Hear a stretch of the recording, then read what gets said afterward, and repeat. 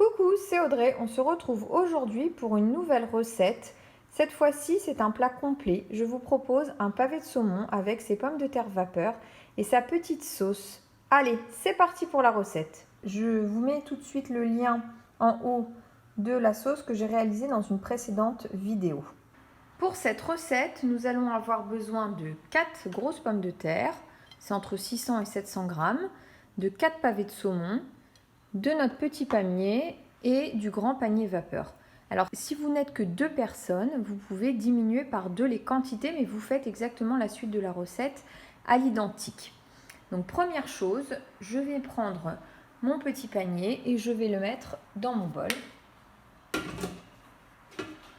Je vais faire bouillir de l'eau.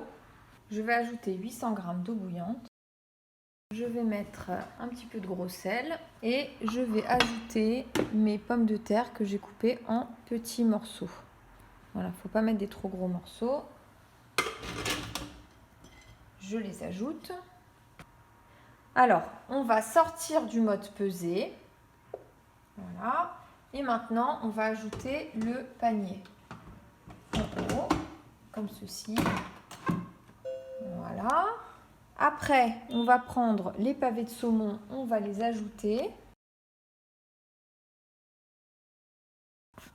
Je vous montre comment j'ai mis les pavés de saumon.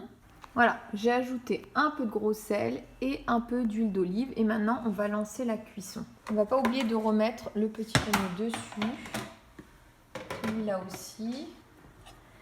Et on va écarter aussi le robot. Là, il est sous mon meuble. Je vais le tirer un peu. Voilà. Et maintenant, on va aller dans le menu automatique. On va prendre cuisson vapeur. Et là, on va programmer 25 minutes. Et là, comme j'ai mis de l'eau bouillante, je vais marquer ignorer le préchauffage. Si vous ne mettez pas de l'eau bouillante, vous laissez le préchauffage, mais ça va vous rajouter du temps de cuisson.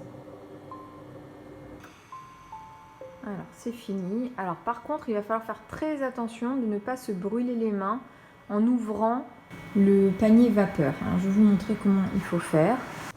Donc, vous prenez un gant comme ça et vous ouvrez le premier panier et le deuxième panier. Alors, découvrons ensemble le poisson. Voilà, donc ça, c'est mes pavés de saumon. Alors, je vais quand même vérifier si la cuisson elle est bonne. Là, voilà, je vois, c'est bon, c'est cuit. C'est important de vérifier quand même. Et maintenant, on va vérifier que nos pommes de terre sont bien cuites. On ouvre et on va découvrir les pommes de terre. Et là, je fais ça et je vois que mon couteau s'enfonce bien. Ça veut dire que mes pommes de terre sont cuites. Et voilà, la recette est terminée. Nous avons un bon plat complet avec un filet de saumon, des pommes de terre et une bonne sauce pour accompagner. Si vous avez envie de faire plus allégé, vous mettez juste un filet d'huile d'olive et un peu de sel sur vos pommes de terre, ce sera suffisant. Bon appétit, à bientôt pour une nouvelle recette.